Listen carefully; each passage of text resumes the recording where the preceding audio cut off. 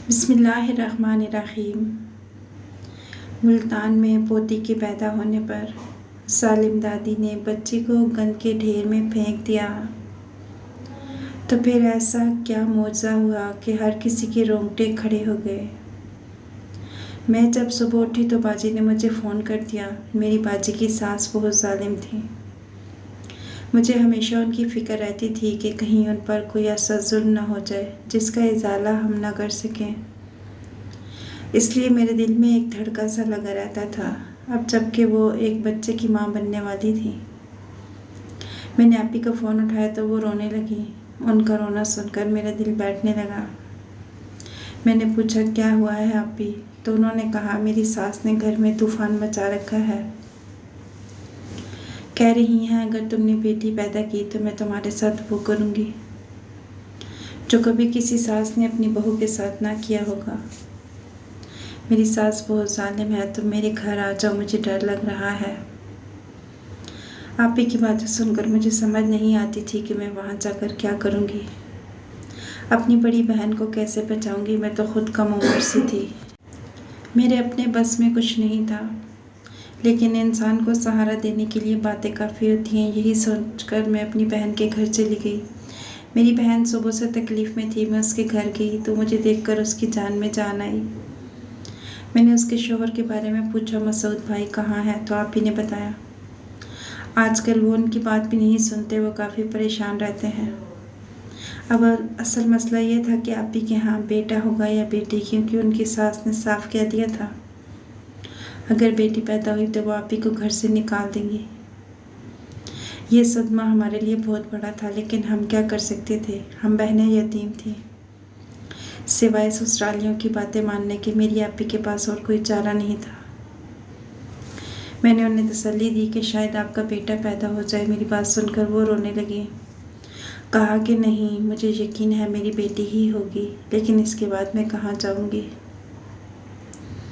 जब उनकी विलादत का वक्त करीब आया तो जमीला दाई को घर बुलाया गया। उसने आकर आपी के लिए तैयारियां शुरू कर दी। मेरा दिल ज़ोर ज़ोर से धड़क रहा था। समझ नहीं आता था कि क्या होगा। आपी कहने लगी कि तुम यहाँ रुक जाओ। आपी की हवाइयाँ उड़ी हुई थी। दाई ने हमें खबरदार कर दिया था कि अगर मेरी बेटी हुई तो उसे माँ की आगोश देना तुम लोगों का काम है, क्योंकि रखशंदा बेगम पोती होने की सूरत में जो तमाशा खड़ा कर देगी उससे सभी वाकिफ़ हैं। वो बहुत ज़्यादा जालिम औरत थी। मेरा दिल खौफ में डूबा जा रहा था। मैं बहुत परेशान थी। मैंने सोच लिया था मैं आपी को छोड़कर कहीं नहीं जाऊंगी। आधे घंटे के बाद ही दाई ने खुशखबरी सुना दी कि मेरी आपी के यहाँ बेटी हुई है। आपी की सास के कान बस यही सुनने को जैसे तरस रहे थे। जैसे ही उसे पता चला दूसरी बहू के घर भी बेटी हुई है, उसने हंगामा खड़ा कर दिया और उसने साफ कह दिया कि मैं इस बच्ची को अपने घर में रहने नहीं दूंगी। इतनी नहुसत हमारे घर में पहले कभी नहीं आई थी जितनी इस लड़की के आने से आएगी। मैं आपी की सास का रवैया देखकर परेशान हो गई थी। मैंने अपने दिल में पुख्ता इरादा कर लिया था कि आपी की सास को उनकी पोती तक पहुंचने ही नहीं दूंगी, लेकिन उन्होंने ऐसे हालात पैदा कर दिए कि हमें बच्ची उनके हाथ में देना पड़ी। हम नहीं जानते थे कि ये औरत सचमुच क्या करने वाली है। उसने अपनी पोती का चेहरा देखने के लिए उसे अपने हाथों में लिया था, मगर जैसे ही बच्ची उसके हाथ में आई तो वो उसे लेकर बाहर निकल गई। मेरी आपी ने मुझे पीछे पीछे भेजा। मैं उनके साथ गई। वो घर से बाहर चलती हुई कचरे के ढेर तक पहुंच गई। मैं सोचने लगी कि इस औरत को खुदा का खौफ भी नहीं।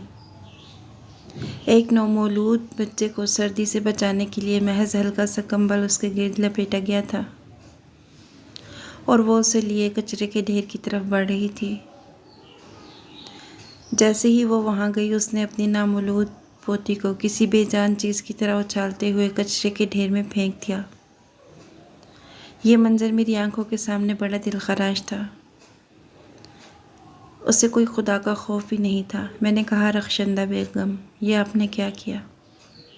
मैंने पहली बार आपी की सास का नाम लेकर पुकारा तो वो बोली, अगर तुमने इस बच्ची को यहाँ से उठाने की कोशिश की तो मुझसे बुरा कोई नहीं होगा। मैंने कहा आप मुझे नहीं रोक सकती। इतना कहकर मैं कचरे के ढेर की तरफ बढ़ी तो उस औरत ने मेरे चेहरे पर ज़ोरदार तमाचा मारा और गरजदार आवाज़ में बोली, ये लड़की मेरे बेटे की औलाद है। तुम्हारा इससे कुछ नहीं जो तुम्हें तकलीफ़ हो रही है। यहाँ से दफ़ा हो जाओ वरना मुझसे बुरा कोई नहीं होगा। वो काफ़ी बड़ी उम्र की औरत थी। हट्टी कट्टी में उसका मुकाबला नहीं कर सकती थी। जब मैं घर आई तो आप ही रो रही थी। कहने लगी, मेरी बच्ची कहाँ है। जब मैंने उन्हें बताया तब वो ममता के हाथों मजबूर होकर अपनी सास को बातें सुना रही थी। उसकी सास ने कह दिया कि वो किसी सूरत उसे अपनी बेटी तक पहुंचने नहीं देगी। ज़ाहिर आप ही उठकर सास से मुकाबला भी नहीं कर सकती थी। वो सेहत के नाजुक मरहले से गुजर रही थी। मगर मुझे अपनी आप ही का एहसास था। मैंने उन्हें कह दिया कि मैं जाकर आपकी बच्ची की हिफाजत करूंगी, उसे अपने घर ले जाऊंगी। आपको परेशान होने की ज़रूरत नहीं। इतने बच्चों को संभालना मुझे भी आता है। जैसे ही मेरे मुंह से ये बात निकली आप ही की सास मुझ पर गरजने लगी। कहा कि अगर तुमने बच्ची को कचरे के ढेर से उठाया तो मुझसे बुरा कोई नहीं होगा। मैं तुम्हारी बहन को तलाक दिलवा दूंगी। मेरी बहन बहुत रो रही थी। कह रही थी, खुदा के लिए ऐसा मत करें, वो मेरी औलाद है। मगर रखशंदा बेगम को इस चीज़ से कोई फ़र्क नहीं पड़ता था। उन्हें तो यही ग़र्ज़ थी कि किसी तरह उनके घर में एक बेटा पैदा हो जाए। उन्हें बेटी की ज़रूरत नहीं थी, मगर इस वक्त जो वो कर रही थी वो एक गैर इंसानी सलूक था। मैंने कहा, आप ही अब क्या करेंगी। तो आप ही ने कहा, मैं अपना मामला अल्लाह पर छोड़ूंगी। मदीहा, तुम यहाँ से चली जाओ। अगर मेरे शोहर ने मुझे तलाक दे दी तो मैं वाकई कहीं की नहीं रहूँगी। मुझे यहाँ ही रहना है। मैं हर चीज़ बर्दाश्त कर सकती हूँ। मेरी औलाद के साथ मेरा अल्लाह है। तुम इस बात की फ़िक्र नहीं करो। मैं आप ही की बात सुनकर गुस्से में आ गई। मैंने कहा, आप ही ये कैसी बातें करती हो। आप ही ने कहा, मैं अपनी बेटी से बहुत मोहब्बत करती हूँ, मगर अगर मुझे तलाक हो गई तो ज़माना उसे कबूल नहीं करेगा। आप ही की आंखों में आंसू थे। उनके शोर घर के अंदर दाखिल हुए। मुझे हुज़ैफ़ा भाई से उम्मीद थी कि वो ज़रूर बीवी का साथ देंगे। तलाक वाला मामला उनकी मां ने उनसे पूछे बगैर ही बोल दिया था। हुज़ैफ़ा भाई ने अंदर दाखिल होते ही अपनी माँ की बातों की तायद की और कहने लगे, अम्मा ठीक कह रही हैं। अगर तुमने कचरे के ढेर से अपनी बेटी को उठाया तो मैं तुम्हें तलाक दे दूँगा। तुम्हारी बहन ने उठाया तो भी मेरा फ़ैसला नहीं बदलेगा। मैं अपनी बहनों की बातें सुनकर हैरान रह गई, मगर उस वक़्त मैं उनसे कोई बहस नहीं कर सकती थी। मैंने कह दिया कि अल्लाह आपके साथ बेहतरी का मामला नहीं करेगा। आप अपनी बीवी और बच्चे की हिफाजत नहीं कर सकते। मगर वो मेरी कोई बात सुनने के मूड में नहीं थे। कहने लगे, यहाँ से चली जाओ तो बेहतर होगा। अपनी बहन के घर बर्बाद ना करो। हम लोग बहुत दिल बर्दाश्ता हुए। मेरी बहन मुझसे कहने लगी, तुम यहाँ से चली जाओ, मैं अपने घर के मामलात को खुद ही देख लूँगी। दिल बर्दाश्ता होकर मैं वहाँ से निकली। मेरी बहन की सास की नज़रें मेरे ऊपर ही थीं कि कहीं कचरे के ढेर से मैं उस बच्ची को ना उठा लूँ और जाकर अपने घर ना रख लूँ। पता नहीं उन लोगों को क्या ज़िद थी कि वो बच्ची को ढेर में फेंक कर चले गए थे, जबकि मेरी बहन बहुत रो रही थी। शायद उसने ये मामला सिर्फ अल्लाह पर छोड़ दिया था। मैंने उसकी सास को ये तो कह दिया था, कहते हुए सुना था उसकी सास से कि तुम तो हाफिज़ कुरान और बड़ी नेक बनी फिरती हो। फिर मैं देखूंगी कौन सा मौजा तुम्हारी बेटी को कचरे के ढेर से बचा सकता है। मुझे इस चीज़ की कोई परवाह नहीं। ऐसे जालिम लोग मैंने अपनी ज़िंदगी में पहली बार देखे थे। जब मैं घर आई तो मुझे नींद नहीं आ रही थी। मेरा छोटा भाई भी परेशान था। अम्मी अब्बू के जाने के बाद हम बहुत बेसहारा हो गए थे, इसलिए ज़िंदगी गुजारना बहुत मुश्किल था। आप ही का बोझ हम बर्दाश्त नहीं कर सकते थे। अपनी बहन का गम मुझे बहुत सता रहा था। मुझसे इतना भी नहीं हो रहा था कि मैं सुकून से घर में बैठूँ या सुकून से कुछ खा पी सकूँ या नींद पूरी करूँ। मैंने अपने भाई से कहा, क्यों ना हम आप ही को मिलने चलें। बच्ची ढेर पर पड़ी हुई थी तो हम उसे उठाकर अपने घर ले आए। भाई कहने लगा, वो बच्ची कहाँ है। अब वो छोटी सी बच्ची नहीं, बच्ची होगी। उसे तो माँ के जिस्म की गर्मी चाहिए थी, वो कचरे के ढेर में पड़ी कैसे रह सकती है। अब तक इस दुनिया से जा चुकी होगी। अल्लाह ने उस नन्ही रूह को अपने पास बुला लिया होगा। मेरा दिल भी यही कह रहा था। मैं परेशान तो थी, मगर अपने भाई को ये बात जताना नहीं चाहती थी कि मेरे दिल में कोई गम है। मैं और मेरा भाई अपनी बड़ी बहन के घर की तरफ गए। मेरे जहन में था कि सबसे पहले कचरे के ढेर को देखूंगी, मैं अपनी भांजी को तलाश करूंगी।